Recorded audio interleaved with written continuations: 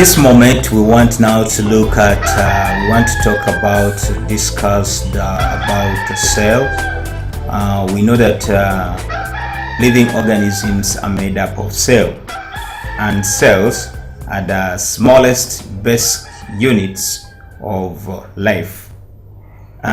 Cells being the smallest of the organisms, they are very important, and it's really very important for us to know how the cells look like, the component of cells. So before we start, we shall look at the cells, the animal cells, and then also look at the plant cell. We shall talk about the differences between the plant cells and the animal cells, and then we shall talk about the functions of the different parts of the cell.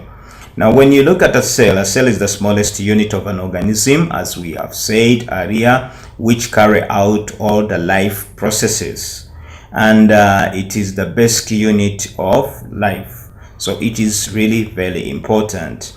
Now, when you look at the animal cells, the animal cell is circular. It is not circular as such, but it is shapeless. It does not have a particular shape, and it has a nucleus, it has a cell membrane, and then the cytoplasm. With the cytoplasm, where we find the mitochondria, we find the Golgi bodies, we find many other components in the human cell. And then the plant cell, it's a little bit rectangular. It has a shape, and it has a nucleus, it has a cell vacuole in the middle, it has mitochondria, it has chloroplasts, and it has a cell membrane. At the same time, it has a cell wall. Those are the two types of cells that we have, the animal cells and the plant cells. We have said that the cell is the basic unit of life, and it is the smallest unit of an organism, which carries out almost all the life processes. Now, what are some of the differences? We want now to look at the differences between the plant cell and the animal cell. You will find that the plant cell has got chloroplasts, whereas the chloroplast is absent in the animal cell. The plant cell has a cell vacuole, which is not present in the animal cell. It has a cellulose cell wall, whereas the animals have a cell membrane, not a cell wall, but they have a cell membrane. They have the plant cells have a middle lamella, which is absent in the animals. Plant cells have starch granules, which are absent in animals. So you find that most of these substances or materials are absent in the animal cells. We don't have a cell wall, we don't have starch granules, we don't have middle lamina, we don't have cell vacuole, there is no chloroplasts. Those are the major differences between the plant and animal cells. Now we want to look into detail about the organisms or the components of a cell.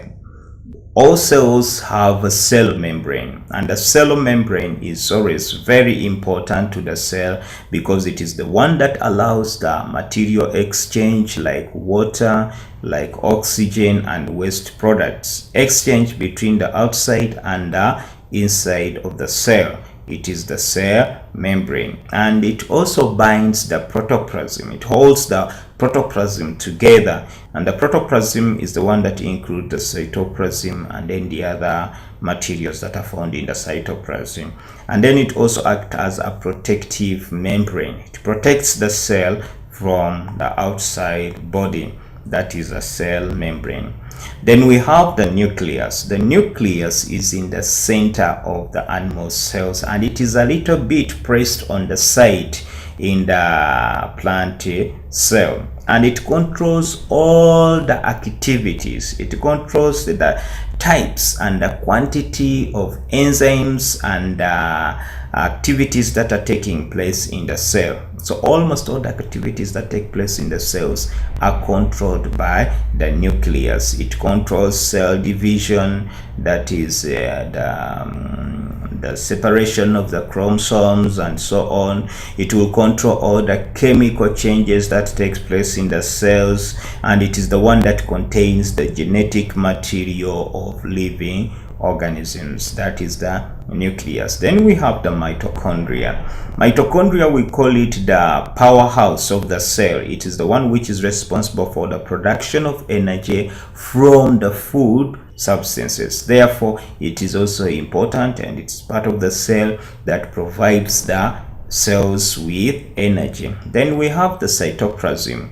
A cytoplasm is a site where great activities, chemical reactions take place. All chemical reactions take place in the cytoplasm, most of them, and it is also a site in some cells for food storage. And it's also where we find all the cell organelles, that is the cytoplasm. Then there are chloroplasts. Chloroplasts, these are green pigments that are found in plants, and they contain chlorophyll. And chloroplast, it is the site where photosynthesis takes place. Then we have the nuclear membrane. A nuclear membrane is the one that allows exchange of material between the nucleus and the cytoplasm.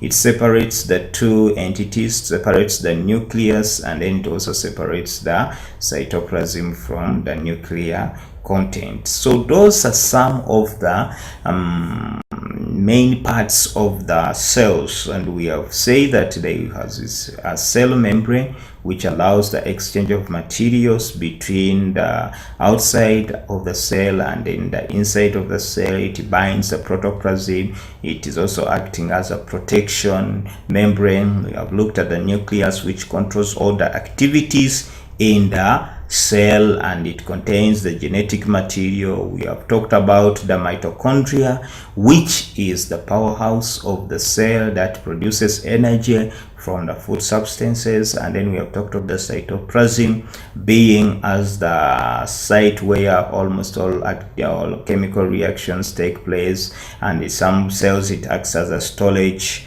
for food, and then it also contains all the cell organelles. We have talked of the chloroplast, where photosynthesis takes place, and it contains also chlorophyll, which is the green pigment.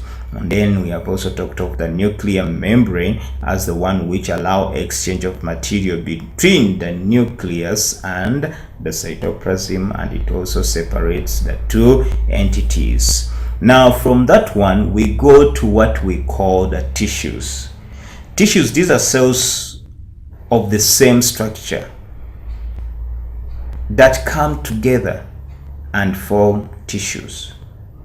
Tissues are coming from cells of the same structure and the same function, which come together and they form the tissue. What we are trying to say is that a cell is a group of a tissue is a group of similar cells performing similar function. Then when tissues, two or more, come together, but are different tissues, when they come together, they end up forming an organ. An organ will combine with another organ, and they'll form a specific function, perform a specific function, then they form what we call a system. So having realized that tissues coming from cells of the same structure and same functions coming together and then forming a tissue, then the tissue, different tissues coming together and then forming what we call an organ, and then different organs come together and then they form what we call a system. So that's all about the cells. Cells are important. Thank you.